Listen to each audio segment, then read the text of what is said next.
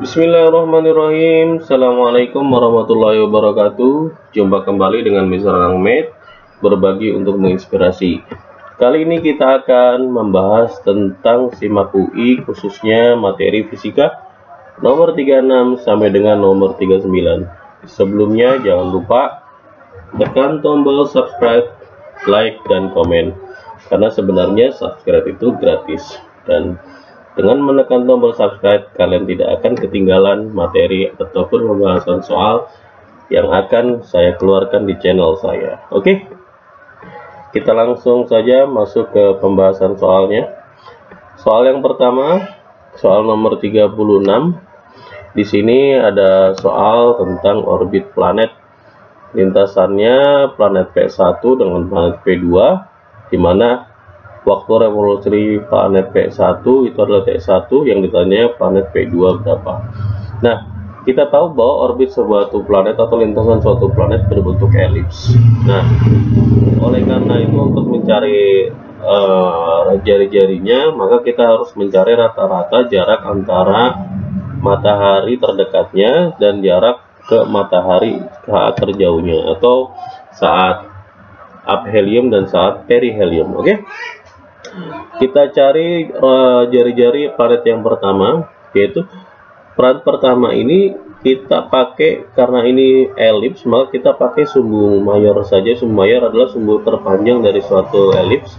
Nah, jadi kita jarak dari mataharinya, ini planet pertama itu adalah ketika jarak terdekatnya 150 dan jarak terjauhnya dari matahari yaitu 170 dibagi dengan 2, maka menghasilkan 320 bagi 2 sama dengan 160. Untuk jari-jari planet kedua, jarak terdekatnya yaitu 310, kemudian jarak terjauhnya ke matahari 330 dibagi 2, rata-ratanya ya adalah 640 bagi 2, sehingga hasilnya adalah 320.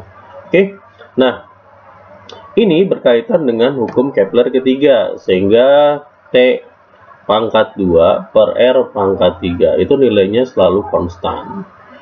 Nah, kita bisa membandingkan nilai K-nya. Jadi T1 pangkat 2 per R1 pangkat 3 itu setara dengan T2 pangkat 2 per R2 pangkat 3. Kita bisa substitusinya. T1 nya ditulis T1 karena memang T1 di sini. Nah, ini.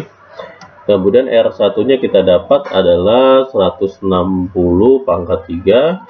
T2 nya T2 pangkat 2 per R2 nya adalah 320 pangkat 3. Sehingga kita bisa sederhanakan bagi 161 bagi 162. Nah, ini 2 pangkat 3, 8. Berarti 8 T1 pangkat 2 sama dengan T2 pangkat 2. Oke, kita bagi, nah kita akarkan, berarti T2 sama dengan T1, akar 8 itu adalah akar 4 kali akar 2. Sehingga jawaban adalah 2 akar 2 T1 sama dengan T2. Jadi jawabannya yang C. Oke. Kita lanjut ke soal berikutnya, soal nomor 37. Sebuah benda berbentuk silinder bermassa M memiliki massa jenis. Nah, ini massa jenisnya lebih kecil, berarti kemungkinan besar bendanya ini, karena massa jenis benda lebih kecil dari massa jenis fluida, maka bendanya itu adalah, kalau nggak dia tenggelam sebagian, bisa juga bendanya adalah terapung. Nah, luas alas benda adalah A, dan massa jenisnya massa jenis air atau fluidanya di sini R0, tinggi benda yang terendam. Tinggi benda terendam. Jadi kalau kita ilustrasikan dalam gambar, nah ini kita gambarkan bendanya. Nah, oke, bendanya. Nah, ini bendanya tercelup sebagian. Nah, ini kan punya ketinggian. Nah, ini luas permukaannya adalah A. Benda ketika dicelupkan ke dalam air memiliki massa W. Bukan massa W, punya gaya berat W, kemudian gaya apungnya FA Archimedes. Oke.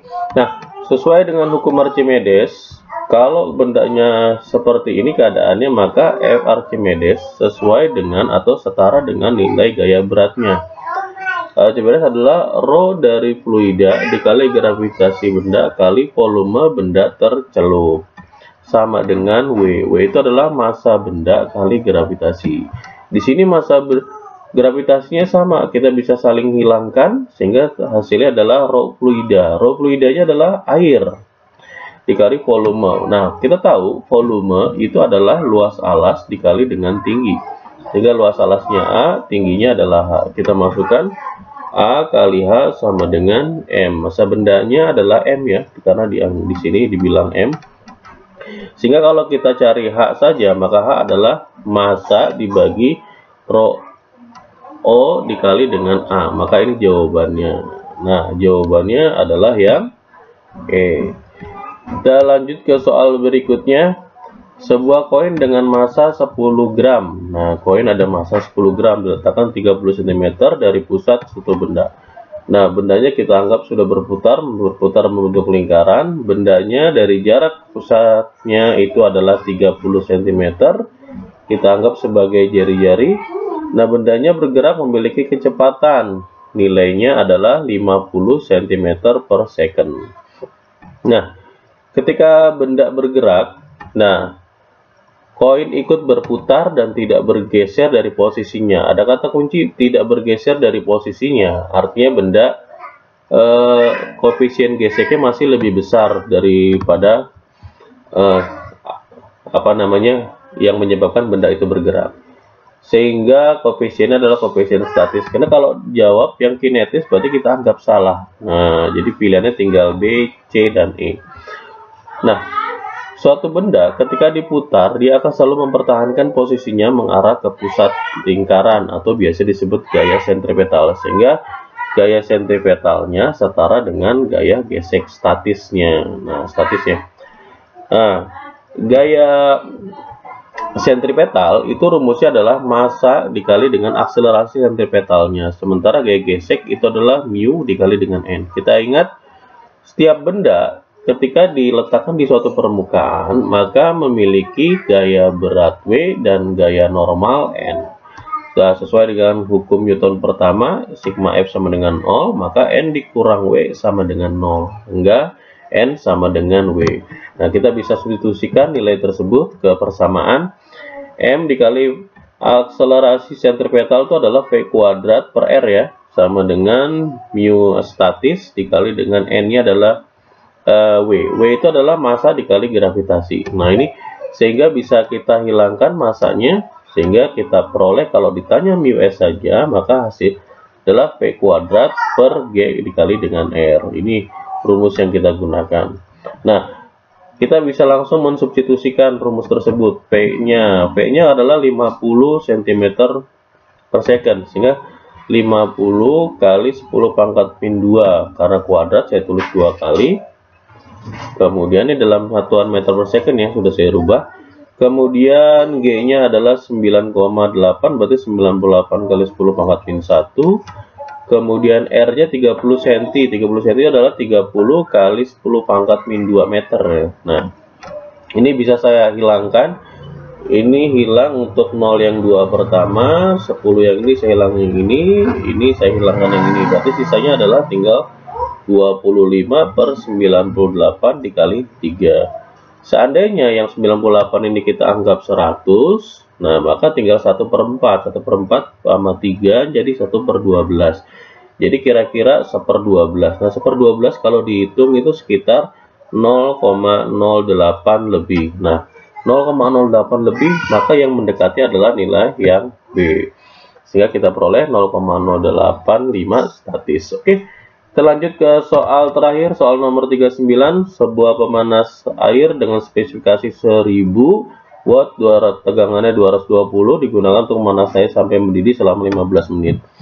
Ini ingat di soal ketika SMP. Nah, ini SMP tentang kalor. Maka kalor setara dengan usahanya. Nah, berarti kalornya sama dengan usaha itu adalah daya dikali dengan waktu.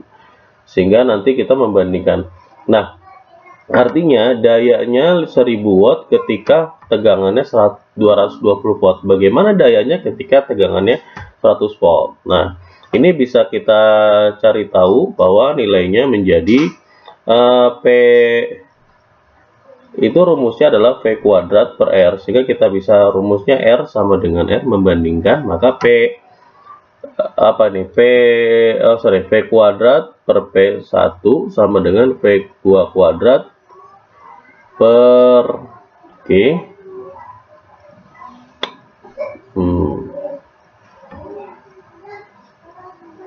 per P2. Nah, ini kita masukkan nilainya menjadi 220 volt per 1000 sama dengan 110 per P2.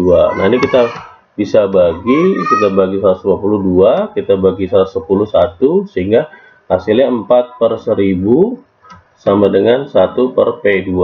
Oke, nah P2 itu kalau kita balik, nah P balik berarti 1000 dibagi dengan 4 sehingga menghasilkan P2 sama dengan 250 watt. Nah, sedangkan nilainya Q sama dengan Q, maka bisa dijadikan P1 T1 sama dengan P2 dikali dengan T2 sehingga menghasilkan 1000 dikali dengan 15 menit, karena perbandingan waktunya tidak perlu saya rubah. Jadi 250 dikali dengan T2. Ini kita bisa bagi 4 kali 15 dapatnya 60 menit, sehingga kita dapat nilainya 60 menit. Oke, ini adalah pembahasan kita terakhir. Jika ada pertanyaan, tinggal di komen saja. Jangan lupa tekan tombol subscribe untuk kelangsungan channel saya. Terima kasih. Nanang Med berbagi untuk menginspirasi. Assalamualaikum warahmatullahi wabarakatuh.